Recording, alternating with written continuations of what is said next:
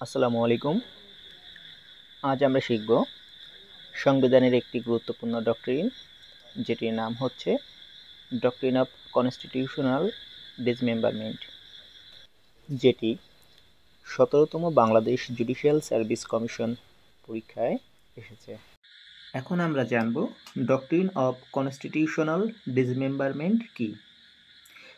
Constitutional of ডিসমেম্বারমেন্ট হলো এমন এক ধরনের সংবিধান সংশোধন যা সাধারণ সংশোধনের সীমা অতিক্রম করে এবং সংবিধানের মৌলিক কাঠামো, মূলনীতি ও আত্মা বদলে দেয়।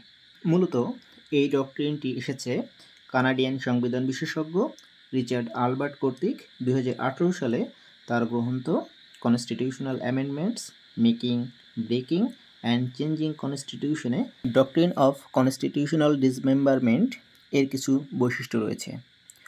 চলুন আমরা সেই বৈশিষ্ট্যগুলো দেখে আসি। সর্বপ্রথম বৈশিষ্ট্য হলো গভীর ও মৌলিকভাবে পরিবর্তন, অর্থাৎ এটি শুধু সংবিধানের ভাষাগত পরিবর্তন নয়, বরং সম্পূর্ণ কাঠামোগত পরিবর্তনকে বোঝায়। বিদ্যমান সংবিধান থেকে বিচ্যুতি, এটি সাধারণ সংশোধনের মতো সংবিধানের ধারাবাহিকতা রক্ষা করে না, বরং নতুন একটি কাঠামো তৈরি করে। নতুন সংবিধান সৃষ্টির সম্ভাবনা, এটি কখনো সংবিধান রচনা বা নতুন শাসন ব্যবস্থা তৈরির দিকে পরিচালিত করতে পারে। গণতান্ত্রিক প্রক্রিয়ার মাধ্যমে কার্যকর, যদিও মৌলিক পরিবর্তন নির্দেশ করে এবং গণতান্ত্রিকভাবে গৃহীত হতে পারে। বাস্তবে কি তাহলে কনস্টিটিউশনাল ডিসমেম্বারমেন্ট ঘটেছে? চলুন আমরা একটি বাস্তব নজির দেখে আসি। তুর্কি কনস্টিটিউশনাল রেফারেন্ডাম 2017, অর্থাৎ 2017 সালে তুরস্ক গণভোটের মাধ্যমে সংবিধান পরিবর্তন আনা হয়, যেখানে পার্লামেন্টারি সিস্টেম থেকে প্রেসিডেন্সিয়াল সিস্টেমে রূপান্তর করা হয়।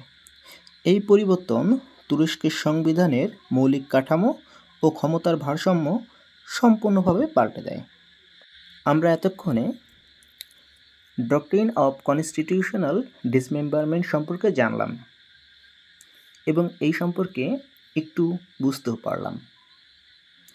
তাহলে এই ডক্ট্রিন এর আলোকে এটি কি বলা যায় যে বাংলাদেশের সংবিধানের 15তম সংশোধনী একটি ডিসমেম্বারমেন্ট ছিল নাকি নয়?